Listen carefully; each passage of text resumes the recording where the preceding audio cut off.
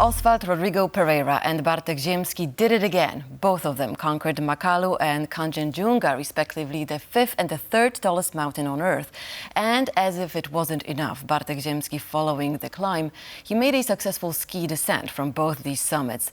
In the case of Kangchenjunga, as the first human in history. Oswald and Bartek are joining me right now. Thank you very much for being here. Now, I have to admit, when I looked at the pictures and the footage of you going down, of you going up, everything, my heart stopped.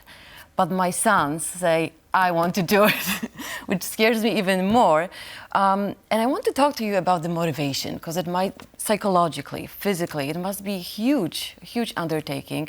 What motivates you to do it?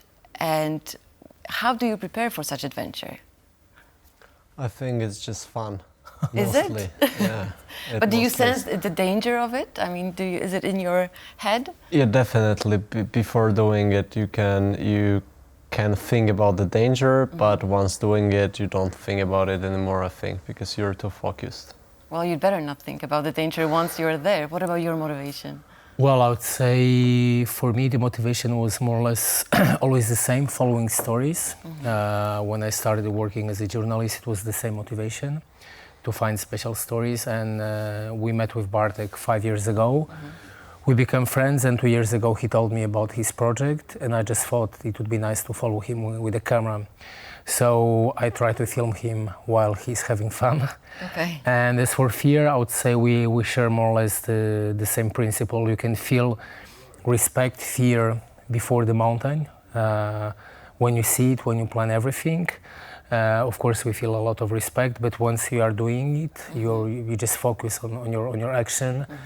You try to avoid mistakes, to keep power, not just for the ascent, but also for the descent.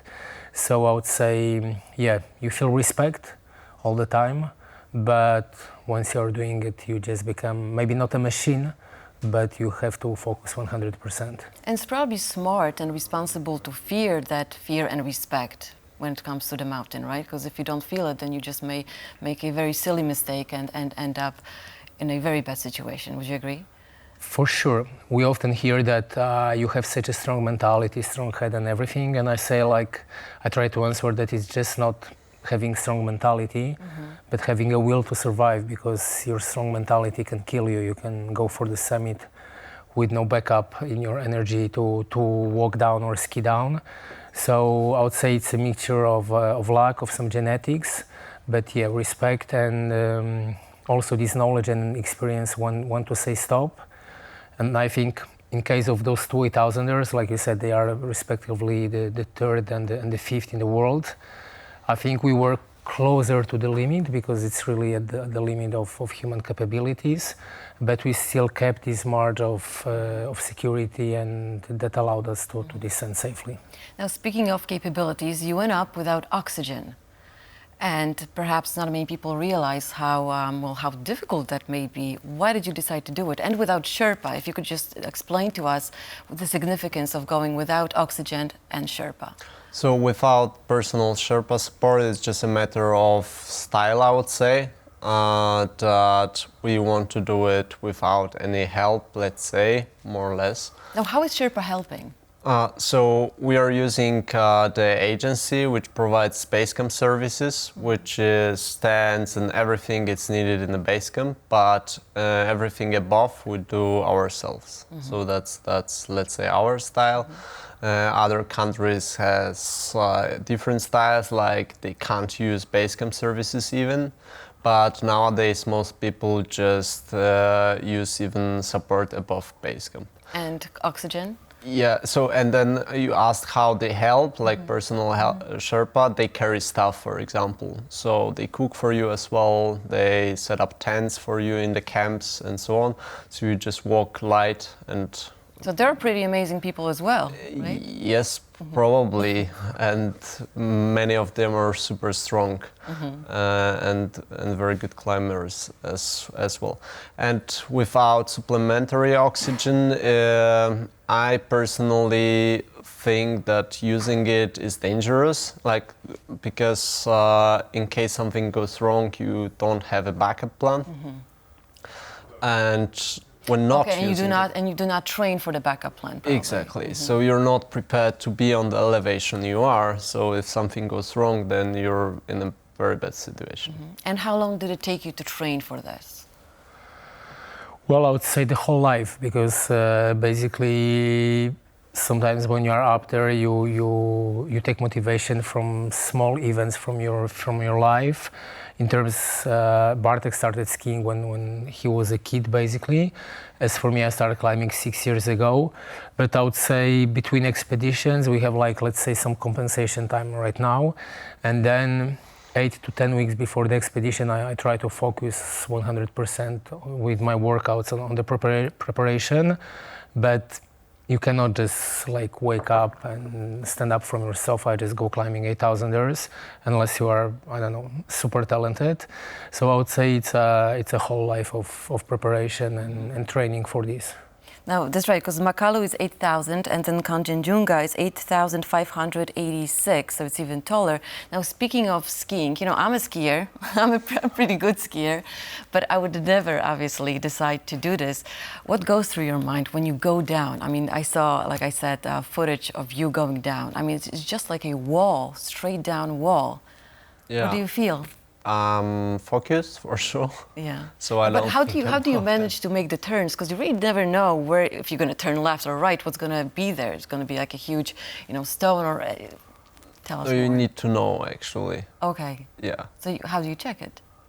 Going up, or we use drones sometimes, Okay. and so I always have the line prepared in advance. So you go up and you see all the Yeah, turns. yeah. You plan it. So I plan it, yes. Okay, but And in still. case you can use the rope, in case you're in a terrain that you can't pass on skis, then you can use the rope. So you went down, and I mean, you skied down and you went down. How long did it take you for you to wait for Oswald? And where did you stop? What did you do on the way there? So on Kancha, I think my descent to the highest camp took me less than 3 hours, which is anyway long, but the terrain is quite demanding. And for Oswald, it was 25 hours. Yes. So there is a huge difference because, of course, it depends on the mountain. Last year, when we climbed Annapurna Dhaulagiri, I was able to walk down to the base camp on the same day, and it took me 10-15 hours. In terms of Makalu, we walked down to Camp 3, which took me maybe around 10 hours or less. In case of Makalu, the descent was very complicated. It was already night, and there was a moment I got a little lost. I wasn't sure if I'm on the right trail, so I just waited for the morning. And we were in touch, in contact via radio and satellite communicator. But the descent was quite complicated. 25 hours walking alone. I usually say that it's part of my mission, because whenever we are up there, I film with the drone and with the camera. And once Bartek descends, then I can start my descending. Usually we meet in the higher camp, but this time I can say that Kangchenjunga is so high, and it was our highest mountain ever climbed, that on the descent I was quite struggling without supplementary oxygen, and also with the fact that I was super exhausted. But yeah, after 24-25 hours I made it. But actually, I want to, because I forgot to ask you one question, because when you're up there and you see the view, what do you think? Because it must be just amazing. I think about difficulties on the descent, which will meet me in the future. Really? So, yeah. You don't take personal time to just No. to be at all at the view? No, I never do. Okay. I think especially in case of the last 2 8,000ers, they are so high that basically every second being up there, like you are somehow dying, you know, losing energy. So yeah, I think as far as I remember, in the case of my lowest 8,000er, I spent like half an hour on the summit celebrating, taking selfies, recording videos, saying hi to my friends and family. I think on these last two, it was just, you know, focus, taking a couple of shots, then Bartek descending and me, because like all this adrenaline goes down, you get some euphoria on the summit, but this can lead to a lack of concentration. So I think we just have to focus and think how hard it's gonna be, and just think that it's just halfway. So then, let me ask, when you're down, when you're already conquered and you're safe and sound, I mean, what do you do? Do you call your family first and just, because I'm sure your family is just dying out of worrying of you, because I mean, you have adrenaline, you have fun, but people who are left behind, your parents, well, family members, well, I mean, are they happy when you're going up there? Probably not. Probably not. That's the question to them, but I'm sure they are not. They worry. Yeah, for sure. Now, when you go up, you also have to carry luggage. I mean, what do you take with you? I mean, besides skis, that must be difficult on its own to just carry these long sticks behind you. But what do you take with you? As few things as possible, and the lightest food? possible. Food you need tents, you need sleeping bag, some warmer clothes for summit push, because higher up it's super cold and lower it's super warm, because it can be really warm there on 6K. And then what else? A stove to cook. Okay. And that's pretty it, right? Essentials. Yeah, some gas, food. Even food we calculated, like on summit push on Kangchenjunga. We stayed 24 hours longer before the summit push, and basically last 24 hours we didn't have food, because you calculate everything, every gram counts like 4 or more times. And also back to the question when you ask about Sherpa support. So picture this, when you have a Sherpa helping you, when you arrive to a camp, he sets your tent, he cooks for you, so you basically just rest, lay down in the tent, he arrives, here is dinner, here is breakfast. When we arrive, we have to put our tent, we have to cook water, which takes like 1 liter, I don't know, half an hour.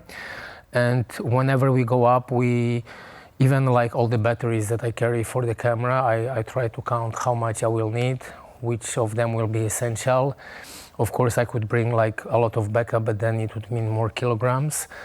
So comparing to other climbers, we always go super heavy and loaded, maybe around 20 kilograms when we leave base camp, but still we try to limit it to the minimum.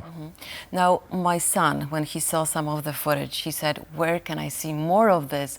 And I'm sure many of people would love to see more of your pictures and footage and recordings, because I know you're making them, right? So is there a place, I mean, is it online, or do we have to go somewhere to see full story? As for my last film from last year, it's still on some festivals. Okay. Maybe at some point it will be showcased in the television. Maybe this one, we'll see. So for now, our next plan to show our film is in Lądek, Zdrój, in a Polish mountaineering festival.